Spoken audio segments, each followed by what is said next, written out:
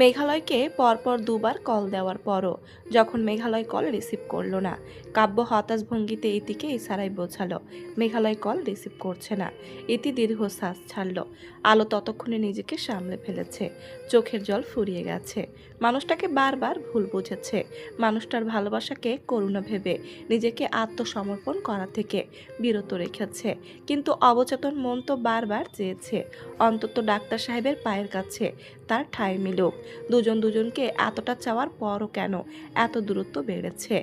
মনের কথা মনে দাবিয়ে রাখার ফলাফল যে খুব একটা আশা অনুরূপ হয় না তা হাড়ে হাড়ে টের পাচ্ছে। সিতারা বেগম চুপচাপ বসে আছেন, ইচ্ছে করছে আলোর গালে ঠাটিয়ে থাপ্পড় মারতে। বিয়ে দেওয়ার পর আফসার সাহেবের প্রয়াণের পর মেয়েকে বেশি মাথায় তুলে ফেলেছিলেন, তাই মেয়ের মাথা বিগড়ে গিয়েছিল। কিন্তু কোথাও না কোথাও মেয়ের দোষ একার না, মা হিসেবে তিনি ব্যর্থ। মেয়েটাকে 3 দিন বয়স থেকে পেলে পুষে বড় করলেন। মেয়েটার চোখের সামনে বয়ঃসন্ধি পার করে পরিণত তরুণী বয়সে অপনীত হবার আগে বিয়ের মতো একটা গুরুত্বপূর্ণ সম্পর্কে জড়িয়ে গেছে। মেয়েটাকে একবারও জিজ্ঞেস করেননি, কিরে আলো, তোর স্বামী কেমন, তোর সংসারে সব ঠিকঠাক আছে? মেয়েটা সেদিন রাতে সিলেট যেতে চাইল, সঙ্গে করে নিয়ে গেলেন। ভুলটা এখানেই হয়েছে। মেয়ে রাগ করেছিল, রাগ কমার পরে যদি মেয়েকে নিয়ে আলোচনায় বসতেন তাহলে একটা সমাধান হতো। কিন্তু মেয়েকে সুযোগ দিয়েছিলেন তিনি। বলতে গেলে মেয়ের এত বছরের কষ্টের খরিদ্দার তিনি নিজেই। কেন তিনি এত বছর একবারের জন্য চট্টগ্রাম শহরে পা রাখলেন না? কেন তিনি আলোর কথা মতো মেঘালয় এবং তার পরিবারের সঙ্গে যোগাযোগ বন্ধ করে রেখেছিলেন? তিল পরিমাণ অভিমান বাড়তে বাড়তে এভারেস্টের চূড়া অবধি গিয়ে ঠেকেছে। অথচ একজন মা নাকি সন্তানের পথদর্শক হয়, তিনি তো হতে পারলেন না। মেয়েটার সকল সুখ দুঃখের সাক্ষী তিনি নিজেই। সৎমা বলে মেয়ের দুঃখের ভাগিদার হলেন। আলোর আপন মা যদি হতেন তাহলে কি আলোর পরিণতি আজ এমন হতো? আলো বসে বসে অদূর ভবিষ্যৎ নিয়ে অনেকখানি পরিকল্পনা করে ফেলল।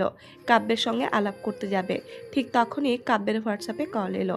ইতি আলোকে ইশারায় চুপ থাকতে বলল। আলো ভুরু কুচকে ফেলল তৎক্ষণাৎ। মেঘালয় মাত্রই হট শাওয়ার নিয়ে ওয়াশরুম থেকে বের হয়ে রুমে পা রেখেছে, তখনই রিনি দরজায় নক করে বলল, আসবো? 2 মিনিট অপেক্ষা করো। মেঘালয় তাড়াহুড়ো করে অ্যাশরঙা টি শার্ট এবং ডেনিমের জিন্স পরে টাওয়াল নিয়ে ভেজা চুল মুছতে মুছতে রিনিকে উদ্দেশ্য করে বলল ভেতরে আসার জন্য। রিনি দরজা খুলে দরজার সামনে দাঁড়িয়ে বলল, পাপা তোমাকে ডাকছে, চাচ্চুকে বলো আমি কিছুক্ষণে পরে আসছি। রিমি সাই জানিয়ে চলে যাচ্ছিল, এমন সময় কি মনে করে পেছনে ফিরে বলল, তোমাকে একদম রবার্ট প্যাটিনসনের মতো লাগছে। কথাটি বলে ভুয়ো দৌড় লাগালো রিনি। মেঘালয় বিরক্তিকর শ্বাস ছাড়ল। এই মেয়েটা মাঝে মাঝে বড্ড জ্বালাতন করে, সব কিছু জানার পরও এরকম করার কি প্রয়োজন? হাতে টাওয়াল ছুঁড়ে ফেললো খাটের পাশে রাখা বেতের চেয়ারের ওপর। তারপর রুম থেকে বের হয়ে চলে গেল বাইরে। বাড়িটা টাওয়ার হামলেটসের ভেতরে, চমৎকার একটা ডুপ্লেক্স হাউস। বাইরে থেকে দেখলে খুব একটা নজর কাড়ে না, ভেতরে ঢুকলে লম্বা একটা করিডর, ডান পাশে সিঁড়ি। 2য় তলার একটি ঘর মেঘালয়ের। ঘরটা ছোট কিন্তু বেশ গোছানো। জানালার পাশে একটা টেবিল, তার ওপর ছড়িয়ে থাকা 2-1টা বই আর ফোন। ঘর থেকে বেরিয়ে করিডর ধরে হাঁটতে হাঁটতে সে সিঁড়ির দিকে আসে। কাঠের সিঁড়ি দিয়ে নামার সময় হালকা শব্দ হয়। নিচে নামতেই ছোট চাচার সঙ্গে দেখা হয়ে যায়। সদ্য গোসল করার কারণে কপালের ওপর ভেজা চুল লেপ্টে আছে, সেখান থেকে টপ টপ করে পানি পড়ছে। রিনি এই দৃশ্যটা দাঁত দিয়ে নখ কাটতে কাটতে বেহায়ার মতো তাকিয়ে তাকিয়ে দেখছে।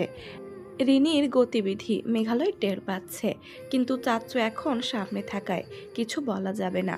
অগত্যা তাকে কারো দৃষ্টির বস্তু হিসেবে নিজেকে পথদর্শিত করতে হচ্ছে। মেঘালয়কে দেখে তহিদ সাহেব হাসি মুখে জিজ্ঞেস করলেন, how are you Clyde? Clyde শব্দটা শুনে মেঘালয় হেসে বলল, আমি এখন সেই ছোট্ট মেঘালয় নয় চাচ্চু, যাকে দেখলে আপনি ক্লাইড বলে সম্বোধন করে কাঁদাতে পারবেন। তহিদ সাহেব হেসে বললেন, তা ঠিক।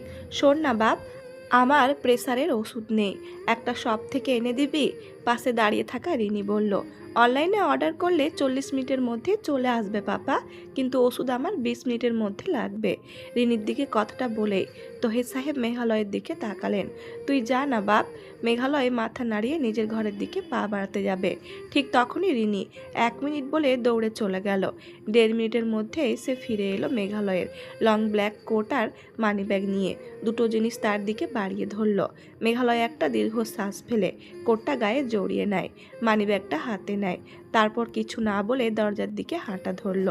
টাওয়ার হামলেটসের রাস্তায় হাঁটতে হাঁটতে হঠাৎ করে আলোর কথা মনে পড়ল মেঘালয়ের, ঠিক কোনো কারণ ছাড়াই। হয়তো মার্চের এই ফ্যাকাশে আলোটাই দায়ী। লন্ডনের ঝকমকে আলো আলো নয়, ছায়ার মতো। আর সেই ছায়ার ভেতরে কোথাও আলো লুকিয়ে থাকে, যেমনটা আলো নিজেও ছিল। ব্রিকলেনের এক কোণে দাঁড়িয়ে সে থেমে যায়। ভেজা ফুটপাতে স্ট্রিট লাইটের প্রতিফলন পড়ে, আর সেই আলোয় আলোর মুখটা ভেসে ওঠে তার চোখের সামনে। আলোকে শেষবারের মতো দেখা হয়েছে, বহু বছর পেরিয়ে গেছে, অথচ চোখের সামনে যখনই ধরা দেয়, অসম্ভব স্পষ্টভাবে ধরা দেয়। আলো হাসলে যেমন চোখের কোণটা আগে হাসত, সেই হাসি এখনও যতবারই চোখের সামনে ধরা পড়ে, ঠিক ততবারই সেই অনুভূতি গিয়ে হৃদয়ে নামে। মার্চে ঠান্ডা বাতাস শ্বাসের সঙ্গে বুকের ভেতর ঢুকে পড়ে। মেঘালয় কোটের বোতাম আটকে নেয়। পরক্ষণে অবচেতন মন বলে ওঠে, ঠিক এভাবে আলো স্মৃতি আটকাতে পারে না কেন? আলো কেমন করে কথা বলতো, খুব ধীরে, যেন শব্দগুলো দেওয়াল ভেঙে ওপারে না যায়। খুব করে জানতে ইচ্ছে করে আলো না বলা কথাগুলো, যে কথাগুলো সে তার মস্তিষ্কের স্নায়ুকোষে লুকিয়ে রেখেছিল। তহিদ সাহেবের ওষুধ কিনে বাড়ি ফেরার পথে থেমসের ধারে দাঁড়িয়ে মেঘালয় নদীর দিকে তাকিয়ে থাকে। পানির ওপর কুয়াশা, ঠিক যেমন আলোর চোখে থাকতো। কুয়াশা দেখে যেমন ঠাহর করে কুয়াশার ওপারে পথের বিস্তৃত সঠিকভাবে নিয়ে বলা যায় না, ঠিক তেমনি আলোর কঠোরতার খোলস ভেদ করে আলোর হৃদয়ের গভীরতায় কার বসবাস তা নিয়ে রহস্য ভেদ করা যায় না। সেভাবে আলোকে নিয়ে এই শহরে থাকলে কেমন হতো? বৃষ্টি নামে আবার খুব হালকা, ফোঁটাগুলো গালে পড়ে, ঠান্ডা লাগে, কিন্তু মেঘালয়ের চোখ জ্বালা করে ওঠে অন্য কারণে। আলোকে মনে পড়লে তার সব সময়ই এমন অনুভূতি হয়। বলা হয়নি এমন কথাগুলো বুকের মধ্যে হঠাৎ করে খুব ভারী হয়ে ওঠে। স্ট্রিট লাইটের নিচে দাঁড়িয়ে সে বুঝতে পারে টাওয়ার হামলেটসের মার্চের শীত আর আলো স্মৃতি একই রকম। দুটোর পুরোপুরি আসে না, পুরোপুরি যায়ও না, মাঝখানে ঝুলে থাকে। বাড়িতে ফিরে আসা তহিদ সাহেবের হাতে ওষুধ দিয়ে নিজের ঘরে ফিরল মেঘালয়। কোট খুলে বিছানায় ছুঁড়ে ফেলল, তারপর ব্লু রঙের জ্যাকেট পরল। মাসফিকে কল দেওয়ার কথা মনে পড়তেই বিছানার ওপর থেকে মোবাইল হাতে নিয়ে দেখলো বাংলাদেশ থেকে কাব্যের কল এসেছে। প্লেন জার্নি, তারপর এতক্ষণ বাইরে থাকার কারণে শরীরটা বড্ড ক্লান্ত লাগছে। মেঘালয় টান টান হয়ে শুয়ে পড়ল বিছানায়। তারপর ভিডিও কল করলো কাব্যের হোয়াটসঅ্যাপ নাম্বারে। কল রিসিভ করার পর কাব্যের শুকনো মুখ দেখে মেঘালয় খানিকটা দ্বিধাগ্রস্ত হয়ে জিজ্ঞেস করলো, কি হলো? প্যাঁচার মতো মুখ বানিয়ে রেখেছো কেন? তোর কি চাই? আমাকে একটু খুলে বলবি? কাব্যের প্রশ্ন শুনে বিস্মিত হয়ে তাকিয়ে আছে মেঘালয়, কারণ কাব্যের প্রশ্নর পেছনের কারণ কি? এত বছর পর আলো এসেছিল তার খোঁজে, ইতিভাবে কি করেছে? মেঘালয় হাজারবার মুখে না বলুক, তাই বলে তারা আলোকে আটকে রাখবে না। আর আলো কেমন? সে জোর করে তার অধিকার বোধ দেখিয়ে থাকতে পারল না কেন বাড়িতে? এদিকে কাব্য রাগে ফসফস করতে করতে বলছে, এভাবে তাকিয়ে থাকবি না মেঘ। তুই যদি ভেবে থাকিস তুই এভাবে ছন্ন ছাড়া জীবন কাটিয়ে দিবি, তাহলে পারিবারিক একটা মিটিং ডেকে তুই সবাইকে তোর সিদ্ধান্ত জানিয়ে দে। গত 8 বছর ধরে তোর ট্যান্ট্রম সহ্য করছি, আর কত? হাঁপিয়ে উঠলে? কিন্তু কেন? তোমার কি হারিয়েছে? আমার কি হারিয়েছে মানে? তুই আমার ভাই মেঘ। তুই আর আমি মায়ের গর্ভে একসঙ্গে বেড়ে উঠেছি। জন্ম নেওয়ার পর থেকে, বুঝ হবার পর থেকে আমরা দুই ভাই ছিলাম একে অপরের বন্ধুর মতো। সেই তুই সামান্য একটা তুচ্ছ কারণে জীবনটাকে তুই ধ্বংসের দিকে ঠেলে দিচ্ছিস। শেষের বাক্য বলার সময় কাব্য আর চোখে তাকায় আলোর মুখের দিকে। আলোর নির্লিপ্ততা নিয়ে কাব্য প্রচণ্ড হতাশ হয়েছে। তুচ্ছ কারণ হতে যাবে কেন? কাউকে ভালোবেসে নির্বাসন গ্রহণ করা কি অপরাধ? যাকে ভালোবাসলাম তাকে না না পাওয়ার দুঃখ যদি ঠিকঠাক মতো দেখাতে না পারি, তাহলে লোকে কি বলবে? বলবে বউটা কালো ছিল, ভুলে গেল। তাছাড়া আমার মিসেস তো আমাকে ছেড়ে চলে গেল। তাকে ঠিকঠাক করে ভালোবাসা জাহির করতে পারিনি বলে তাকে কতটা ভালোবাসি সেটা বোঝাতে ব্যর্থ হয়েছি আমি। কিন্তু তাকে হারানোর ব্যথায় আমি কতটা আহত, এটাও কি ঠিকঠাক করে আমাকে প্রকাশ করতে দেবে না ভাই? মেঘালয়ের কথা শুনে ইতি এবং কাব্য স্তব্ধ হয়ে আছে।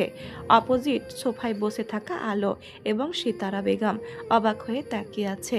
আলোর বুক ভেঙে আসছে।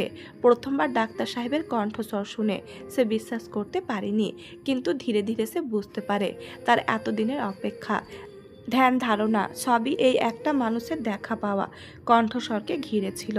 আলো ভাবছে, ডাক্তার সাহেব হৃদয়ের ভেতরে এত এত ভালোবাসাকে দাবিয়ে রেখেছে। ডাক্তার সাহেবের ভালোবাসা এতটা কঠিন কেন? লজ্জায় কুঁকড়ে যাচ্ছে আলো। তার ভালোবাসার সামনে ডাক্তার সাহেবের ভালোবাসা ওজন করলে সমপরিমাণ হবে কতটুকু? আলোর ভালোবাসা তো ডাক্তার সাহেবের ভালোবাসার পাশে তলানিতে পড়ে থাকবে। এত অল্প ভালোবাসা নিয়েছে, এত বছর হা হুতাশ করেছে। আর ডাক্তার সাহেব, সে তো নীরবে ভালোবাসার ভার বুকে বয়ে বেড়াচ্ছে। সে তো হই হুল্লোড় করছে না, জনে জনে গিয়ে বলছে না আমি আলো নামক একজন নিষ্ঠুর নারীকে ভালোবেসে মোটেও ক্লান্ত বোধ করছি না। তাদের দুইজনের ভালোবাসার ধরন দুরকম, কেউ কারোর মতো করে ভালোবাসতে পারেনি। আলো নিজের হাত দুটো কচলে যাচ্ছে। যখন ভীষণ নার্ভাস হয়ে পড়ে তখনই হাত দুটো অটোমেটিক কচলাতে শুরু করে। ডাক্তার সাহেবের কণ্ঠস্বর শোনার পর থেকে তাকে দেখার লোভ শতগুণ বেড়ে গেছে। কিন্তু কাব্য দীর্ঘশ্বাস ফেলে বলল, দুঃখ যাকে দেখাবি বলে আয়োজন করেছিস, সে কি তোর দুঃখ দেখছে? তাকে দেখাতে চাই না ভাই, তাকে আমি আমার ভালোবাসা দেখাতে পারলাম না, দুঃখ দেখাতে যাব কেন? জীবনটাকে নিয়ে আরও একবার ভেবে দেখ মেঘ, মানুষ বাঁচে কদিন, মানুষ স্বল্প দিন বেঁচে থাকে বলে পৃথিবীর অতি তুচ্ছ জিনিস মানুষকে মুগ্ধ করে। আমার প্রশ্নের উত্তর নিশ্চয়ই এটা নয়। তোমার প্রশ্নের উত্তর আমার জবাবে আছে। মানুষের স্বল্প জীবনে মানুষ একবার যে জিনিসের প্রতি মুগ্ধ হয়, সে জিনিস যক্ষের ধনের মতো লুকিয়ে রাখে, যত্নে রাখে। সেখানে আমি তো আমার হৃদয় হারিয়ে ফেলেছি ভাই।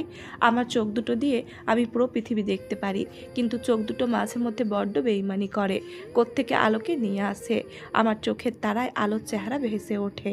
আমার সকল মুগ্ধতা আলোর স্মৃতির গণ্ডির ভেতরে ঢুকে পড়ে। আমি আলোর মুগ্ধতায় ডুবে থাকি। সেখান থেকে বের হবার পথ যে আমার জানা নেই ভাই।